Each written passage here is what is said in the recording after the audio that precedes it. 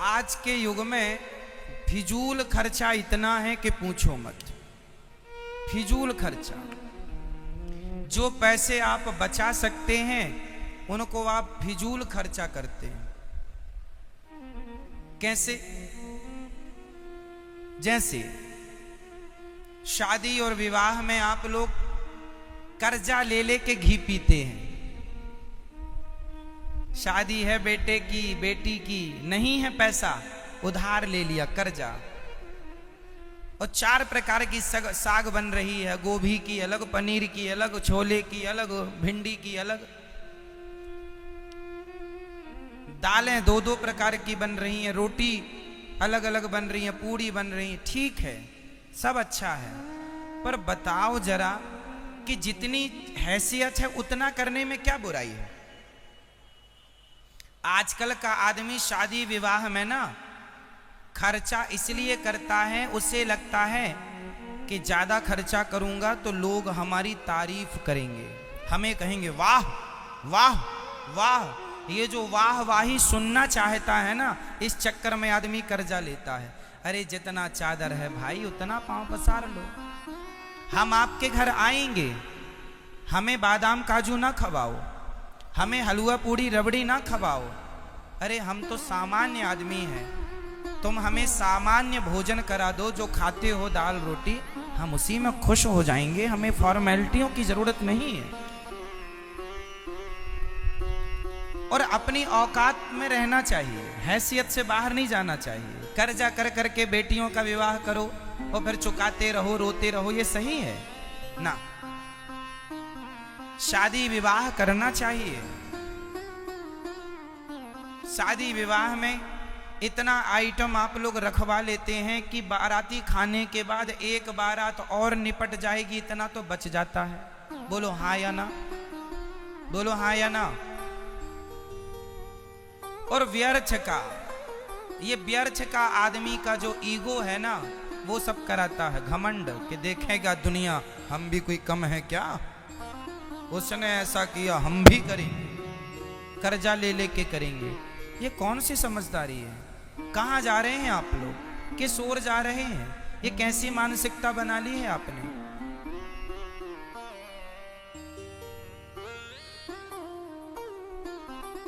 शादी विवाह में इतना भोजन होने के बाद फिर आइसक्रीम भी है, पेप्सी कोका कोला भी है, लस्सी भी है, सब रखा। अरे खाने वालों को भी ऐसा हम देखते हैं, बड़े बड़े लोग शादियों में खाते ऐसे हैं जैसे 10 दिन से भूखे हों बेचारे, खाए ही नहीं कभी घर में। वो तंदूरी की लाइन में खड़े, भाई हमें एक तंदूरी दो, हमें दे दो, हमें। ऐसे लड़ रहे हैं लाइन पे, हमें जैसे खाए नहीं कभी बाप की राज में। शादी विवाह ऐसे नहीं होना चाहिए जैसे आज होती हैं। व्यर्थ का खर्चा नहीं होना चाहिए, व्यर्थ का दिखावा। जितना अच्छा बनना चाहते हो ना, उतना अच्छा डेकोरेशन से नहीं बनता कोई। आदमी अंदर से अच्छा हो, बाहर से नहीं। इसलिए आप लोग अपने खर्चे कम करो। उदाहरण से समझो, आज शादी के कार्ड जब बनते हैं 100-100, 200-200, 500-500, 1000-1000 रुपए का एक लिफाफा बनता कार्ड, जो हम लोग जाते नहीं। ये बताओ शादी का कार्ड कोई कितनी देर पढ़ता है? कितनी देर पढ़ता है बताओ मुझे, बताओ भैया। शादी का कार्ड कोई कितनी देर पढ़ता है? देखते ही रहता है उसको क्या? अरे थोड़ी देर पढ़ के आदमी रख देता है, सालों साल उसकी तरफ नहीं देखता। कबाड़ में चले जाते हैं, रद्दी में चले जाती हैं चीजें। क्यों इतना खर्चा? 100-100 रुपए का भी तुमने कार्ड छपवाया और 100 कार्ड छपवा दिए तो 10,000 का खर्चा हो गया। क्यों? पैसा है आपके पास, पैसा है। हम ये नहीं कहते कि आप करो ये मत करो, उचित करो, सूचना ही देनी है। सूचना के लिए कार्ड सामान्य भी ठीक है, बन जाए, दिखाओ भाई शादी में आना है। आपका बड़प्पन, आप बड़ा कार्ड छपवाएंगे अपनी शादी में, 500 रुपए का कार्ड छपवाया तो आप 500 का कार्ड छपवा के बड़े हो जाएंगे। अरे बड़प्पन तो ये था कि आपके बगल में जो गरीब परिवार की बेटी है, आप भी इस पैसे को बचा के अपनी बेटी के विवाह का कुछ बचाते और उस बेटी के विवाह में खर्चा कर देते, उसका भी हो जाता। ये बड़प्पन है। लेकिन ऐसा बड़प्पन कोई नहीं चाहता। कार्ड 500-500 के बनवाएंगे, 10-10 प्रकार की साग सब्जियां बनवाएंगे। अरे 2-4 सब्जियां कम कर लेते तो गरीब बेटी का विवाह उतने ही में निपट जाता। बड़प्पन ये नहीं है कि मैंने 1 करोड़ का खर्चा कर दिया बेटी के विवाह में, ये बड़प्पन नहीं है। बड़प्पन ये है कि मैंने अपनी कमाई से कुछ धन निकाल कर जरूरतमंदों की बेटियों का विवाह करवा दिया, सेवा कर दी। ये बड़प्पन है। आप बताइए बड़प्पन किसे कहेंगे? क्यों? लेकिन आज का आदमी देखा देखी में चल रहा है। उसने ऐसा किया मैं भी करूंगा, उसने इतना खर्चा किया मैं भी करूंगा। अरे उसकी तो औकात थी, तुम्हारी नहीं है, तो काहे मरे जा रहे हो? जितनी चादर है उतनी पांव क्यों नहीं पसार रहे हो? इसलिए आज आप मुझे वचन दो कि आप दुनिया के दिखावे में नहीं पड़ेंगे। ये जो देखा दिखावा है ना, इस दिखावे के चक्कर में आपका सुख चैन सब नष्ट हो जाता। जरूरत ही नहीं थी कर्जा लेने की। सादगी में भी बातें होती हैं, होते हैं रिश्ते। बहुत ताम झाम की जरूरत नहीं है। इसका मतलब ये नहीं कि बिल्कुल ना हो आपकी हैसियत से जो अच्छा है अच्छे से अच्छा हो। कोशिश करो कि व्यर्थ का फिजूल का खर्चा ना हो। पैसे आते हैं तो पैसे का सदुपयोग करना चाहिए। भगवान देखो, एक चीज एक नोट करके रखना मेरी बात, व्यक्ति का समय सदा एक सा नहीं होता। नोट कर लो मेरी बात। व्यक्ति का समय, बोलो, व्यक्ति का समय सदा एक सा नहीं होता। जब ईश्वर ने आपको दिया है तो उस धन का सदुपयोग करना चाहिए, उसका घमंड नहीं करना चाहिए, जमाने के देखा दिखावे में नहीं उलझना चाहिए। पड़ोसी 20 लाख की गाड़ी ले आया है तो वो ले आया, अब तुम्हें भी मिर्ची लगी, हम भी लाएंगे 30 लाख वाली। तुम क्यों लाओगे? तुम्हारा तो चल रहा 5 लाख वाली गाड़ी से तुम आ रहे हो जा रहे हो। पैसा है, बचाओ, उसको सही उपयोग में लगाओ। कुछ प्रॉपर्टी ले लो। धन आवे तो धन का क्या करना चाहिए? पैसा आए तो कुछ खेती बाड़ी खरीद लेना चाहिए, कुछ प्रॉपर्टी खरीद लेना चाहिए। प्रॉपर्टी मतलब प्लॉट लेना चाहिए। धन आवे तो कोई दुकान खरीद लो, धन आवे तो अपना बिजनेस व्यापार सेटल कर लो, जमा लो फटाफट। समय सदा एक सा नहीं रहेगा। अब पैसा आया और गाड़ी खरीद ली, पैसा आया उड़ा दिया, दोस्तों में शराब पी ली, 1000-1000 रुपए वाली बोतल खोल ली। ये मूर्खों की बातें हैं। पैसा आए बचाओ, उससे थोड़ा सा अपने लिए घर बनवा लो, अपने लिए कुछ थोड़ी सी मार्केट में दुकान वगैरह मिल रही है और आपकी बजट की है, ले लो, काम आएगी, है ना। कुछ अपना बिजनेस शुरू कर लो, कुछ अपना व्यापार शुरू कर लो, 2 पैसे आपके सदा आते रहें उसकी व्यवस्था कर लो। पैसे से पैसा आता है, समझिएगा, पैसे से पैसा आता है। तो जब समय अच्छा हो तो उसका सदुपयोग करना चाहिए, पैसे को पकड़ के रखना चाहिए, अर्थात उसका सदुपयोग करना चाहिए। लेकिन आप क्या करते हैं? पैसा आया, उल जलूल खर्चा चालू। पत्नी की 10-10 हजार की साड़ी आ रही है, कल तक फटी पहनती थी और आज 10,000 की साड़ी पहन रही है। जब तुम्हारा समय अच्छा नहीं था तो तुम्हारी पत्नी फटी साड़ी पहनती थी, और समय आया तो तुम 10-10 हजार की पहना रहे हो, ये क्या है? अरे समय आया है, उस समय को प्रणाम करो, उस समय का सदुपयोग करो, बचाओ धन को। पानी साल में एक बार बारिश होती है, एक बार मतलब एक सीजन आता है ना बारिश का एक सीजन आता है। उस एक सीजन में क्या करना होता है? जितने भी डैम हैं, जितने भी बड़े बड़े तालाब हैं, उनको भरने की कोशिश की जाती है कि पानी आए, बरस रहा है तो डैम भर जाए, है ना, तालाब भर जाएं, पानी का स्टोर हो जाए, क्योंकि पानी सदा नहीं बरसता।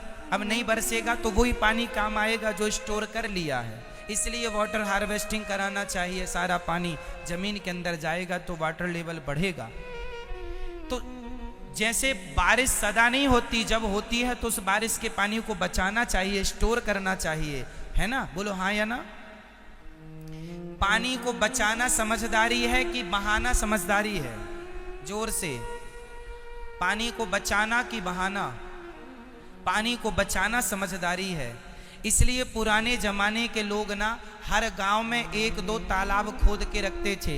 हमारे भारत में एक भी गांव ऐसा नहीं होगा शायद जिस गांव में कोई तालाब ना हो। मतलब उस जमाने के अनपढ़ लोग भी पानी की बचत करते थे, तालाब खोदते थे, खुदवाते थे और पानी का स्टोर करते थे। इतने अक्लमंद थे। और आज का आदमी पढ़ा लिखा भी अनपढ़ मूर्खों की तरह पानी वेस्ट कर रहा है।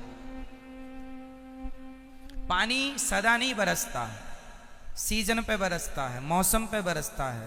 ऐसे लक्ष्मी माँ की कृपा भी सदा नहीं होती, होती है कभी।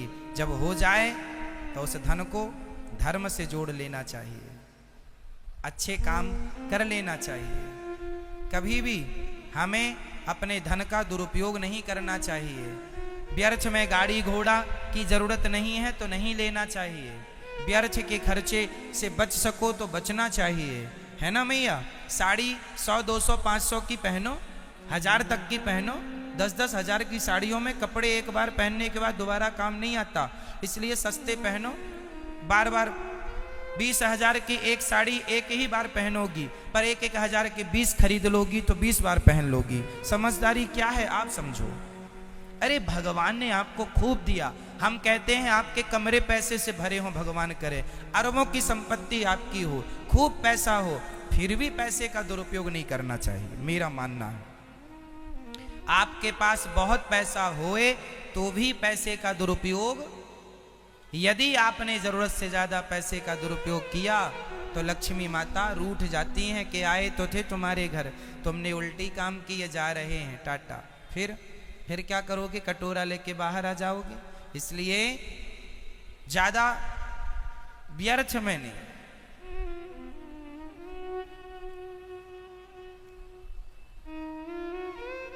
जो जरूरत की चीजें हैं वो तो होनी चाहिए, क्यों मैया? जरूरत से ज्यादा फिर ज्यादा धन है तो फिर उसे परोपकार में लगाओ, सेवा में लगाओ, पुण्य करो, है ना? पुण्य करने से क्या होगा? पानी बाढ़े नाव में, घर में बाढ़े दाम, दोनों हाथ उलीचिए यही सयानो काम। नाव में पानी भरने लग जाए तो जल्दी से उलीचना शुरू कर दो, वरना वो नाव का पानी तुम्हें डुबा देगा। वो घर में ज्यादा पैसे आने लग जाएं तो दोनों हाथ से दान पुण्य करना शुरू कर दो, नहीं वो धन तुम्हें डुबा देगा, धन डुबा देगा। इसलिए धन आवे तो धर्म करो। धन आए तो मैया, धन आएगा तो क्या करोगी मैया? बोलो मेरी माँ। धन आएगा तो क्या करोगी? धर्म करेंगे। धन से क्या होता है? धर्म। और धन से अधर्म भी होता है।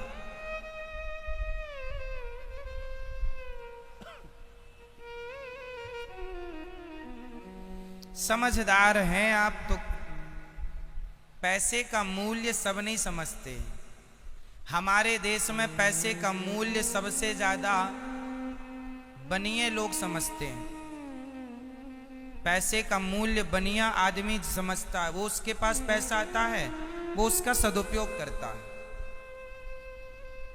और पैसा यदि औरों के पास आए, जैसे ब्राह्मण ठाकुर के पास पैसा आ जाए तो बड़ी गाड़ी खरीद लेगा, बड़ा घर बना लेगा। ओ बड़ा मेरा घर है, बड़ी गाड़ी है, गाड़ी खरीदी 50 लाख की, है ना। वो 50 लाख की खरीद ली, साल 2 साल बाद वो 50 लाख आधे के आधे नहीं है। और बनिया के पास 50 लाख आएगा तो 40 लाख का तो सोनी खरीद लेगा। तुम्हारी गाड़ी 50 की हो गई 10 लाख की, 10 की भी नहीं पूछ रहा है कोई, और 40 लाख का सोना हो गया 60 लाख का, बढ़ते क्रम में। इसलिए कुल मिला के जीवन में धन का सदुपयोग करना सीखो। पैसे धन है, धर्म करो, बचाओ, उड़ाओ मत, उसका सदुपयोग करो। फिजूल के खर्चों से बचो। लोग कहते हैं कमाते बहुत है महाराज जी, टिकता नहीं है।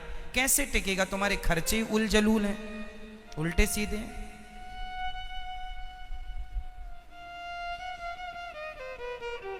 जीवन में कितने लोग ऐसे हैं जो बाप दादों की संपत्तियां बेच बेच के गाड़ी घोड़ा खरीद लेते हैं। अरे कुछ बनाओ अपने लिए, धन आवे समझदारी से उसको सेट करो। ठीक है मैया, तो अब साड़ी कितने की पहनोगी? जो उचित है वो, जरूरत से ज्यादा खर्चे नहीं करेंगे। जरूरत से ज्यादा खर्चा मैया नहीं करेंगे। बचाओगी ना पैसे, आपके काम आएंगे। कहावत है, कहावत सुनो, विद्या कंठ की, विद्या कंठ की और रुपया गंठ का। पैसा गंठ का मतलब गांठ का, पास का। पैसा पास का और विद्या भी कंठ की, विद्या कंठ की, पैसा गंठ का साथ देता। ठीक है, चलो समझदारी से खर्चे कम करो और अपनी गृहस्थी को बहुत अच्छे से। मैं ये चाहता हूं कि आप स्वावलंबी बने, आत्मनिर्भर बने, सेल्फ डिपेंड बने। आप किसी के सामने हाथ ना पसारें। ये तब होगा जब आप 2 पैसे बचाना शुरू करें और अपने लिए सोचेंगे कुछ। ज्यादा उधार ना बांटा करो। यदि तुम लायक हो उधार देने के तो उधार दिया करो। तुम करोड़पति हो और तुम्हारे परिवार में किसी को संकट है, देने लायक हो तो देना भी चाहिए, सहयोग करना चाहिए। पर तुम्हारे पास खुद नहीं है। कई बार क्या होता है, आपने अपने बचाए बचाए बेचारे, एक मैया मेरे पास आई, उसने 1 लाख रुपए बचाए थे और उसके भाई को जरूरत पड़ गई। तो भाई ने कहा बहन 1 लाख रुपए दे दे। तो भाई बहन का प्यार तो आप जानते ही हैं। तो बहन ने भाई को 1 लाख रुपए दे दिया। अब दे तो दिया। अब बहन ने कहा भाई तेरा काम हो गया, अब मेरा बेटी का विवाह आ रहा है, लाख की जरूरत है, भाई नहीं दिया। अब रोती रही, भैया ने धोखा दे दिया, धोखा दे दिया। आजकल तो ना भाई सगा है ना बहन सगी है। पैसे के मामले में सबकी मतलब आप जैसे लोग तो अच्छे हैं, पर बहुतों की नीयत साहब पैसों में डोल जाती है। जो है समाज की रिश्ते बिगड़ जाते हैं पैसों के चक्कर में। आपने अपने रिश्तेदारों के साथ अच्छा किया। सुनो, पैसा आप देते हैं किसी को तो आप एक बार दे देते हैं, मांगने वाला एक बार मांगता है, पर वापस लेने के लिए आपको 100 बार मांगना पड़ता है। भाई दे दे दे दे दे दे। और वो क्या कहता, खा के भागे जा रहे हैं क्या? वो तब कहता था 1 महीने में चुका देंगे, बस 2 महीने के लिए दे दो, 2 महीने से 1 दिन ज्यादा नहीं होगा। और 2 साल हो गए और अब कहता खा के भाग रहे हैं क्या? इतना झूठा आदमी है। समाज में ऐसा है या नहीं? बोलो हाँ या ना। आप लोग तो नहीं खाए किसी के पैसे? किसी का खा के मत मरना। एक बात और बता दूं, मैं आपके जीवन में ये बताऊं, किसी का पैसा खा के नहीं मरना। 1 रुपए भी यदि आपने किसी का खा लिया तो अगले जन्म में तुम्हें उसके घर का कुत्ता बन के आना पड़ेगा। चुकाना तो पड़ेगा, तुम भागोगे कहां? इसलिए कहता हूं, रिश्ता भाई भाई का, हिसाब पाई पाई का। रिश्ता भाई भाई का, हिसाब पाई पाई का। ना किसी को हम दुखी करें, ना हमें कोई दुखी करे। आप किसी का 1 रुपए का कर्जा खा के मत मरना। आपके ऊपर कोई कर्जा है, चुका रहे हैं कि नहीं? चुका देना पूरा, खा के मत मरना। आपके ऊपर कर्जा है किसी का? आपके ऊपर है? बोलो। आप तो ऐसा नहीं कहते कि खा के भागे जा रहे हैं क्या? जिसका लिया है ईमानदारी से दे दो। बेचारे ने आपकी मदद की ना, की ना, अब आप क्यों नहीं दे रहे हैं उसका पैसा? दिया है उसने तो वापस दीजिए उसका। किसी का 1 रुपए मत खा के मरना। मरने के पहले सब हिसाब किताब। वो तुमसे ना हो तो बच्चों से बोलो, बेटा हम मर रहे हैं, हम नहीं चुका पाएंगे। तुम्हें बाप का कर्जा बेटा चुकाता है। तुमसे ना हो तो बेटों को बता के जाना, फलाने का 10,000 है, फलाने का 50,000 देना। बाप का कर्जा बेटा, यदि नहीं चुकाए तुम्हारे बच्चे, तुम्हें उसके घर का कुत्ता बन के आना पड़ेगा। ये जितनी मैडमें आजकल कुत्ता पाली बैठी हैं ना, ये कुत्ते नहीं हैं, उनके कर्जेदार हैं। इस जन्म में बेचारे आके कुत्ता बन के चुका रहे हैं।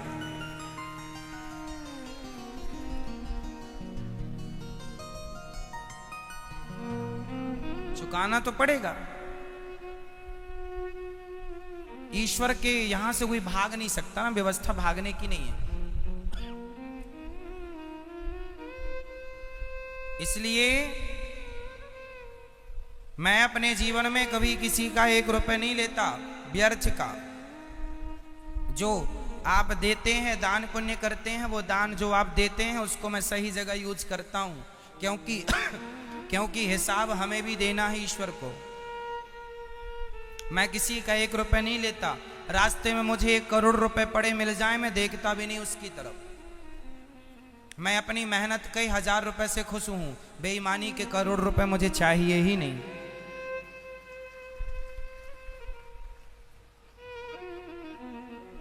कोशिश ये करो कि कर्जा ना लेना पड़े किसी से, और यदि लो तो बहुत जल्दी जिम्मेदारी से उसे घर के खर्चे कम कर करके उसे चुकाओ। और ये कभी ना कहना कि खा के भागे जा रहे हैं क्या, वो मांग रहा है, दीजिए उसके पैसे। और आप, यदि आपकी हैसियत है देने की तो दीजिए, वरना साफ इनकार कर दीजिए, भाई साहब हमारे घर में काम है, हम नहीं दे पाएंगे आपको। कोई मांगे कि हम 1 लाख रुपए दे दो, तो आपकी क्षमता है तो दे दो, नहीं है तो सीधा हाथ जोड़ लो। सामने वाले को आसरा में मत रखो। आपने कह दिया दे देंगे, अब वो तुम्हारे आश्रित हो गया कि कह दिया, अब आपने ऐन वक्त तो मना कर दिया, नहीं जी नहीं देंगे, तो भी धोखा हो जाएगा। तो क्या हो जाएगा? या तो दे दो, यदि आपको विश्वास है कि ये लौटाएगा, नहीं तो साथ मना कर दो, नहीं जी हम नहीं। एक बार मना करोगे तो रिश्ते बचे रहेंगे, यही कहेगा ना कि नहीं दिया। लेकिन दे दोगे और मांगोगे तो फिर जितनी बार मांगोगे उतने बार बुरे बनोगे। बेईमान इतने ज्यादा हो गए हैं संसार में जिसकी कोई सीमा नहीं है। हाँ या ना?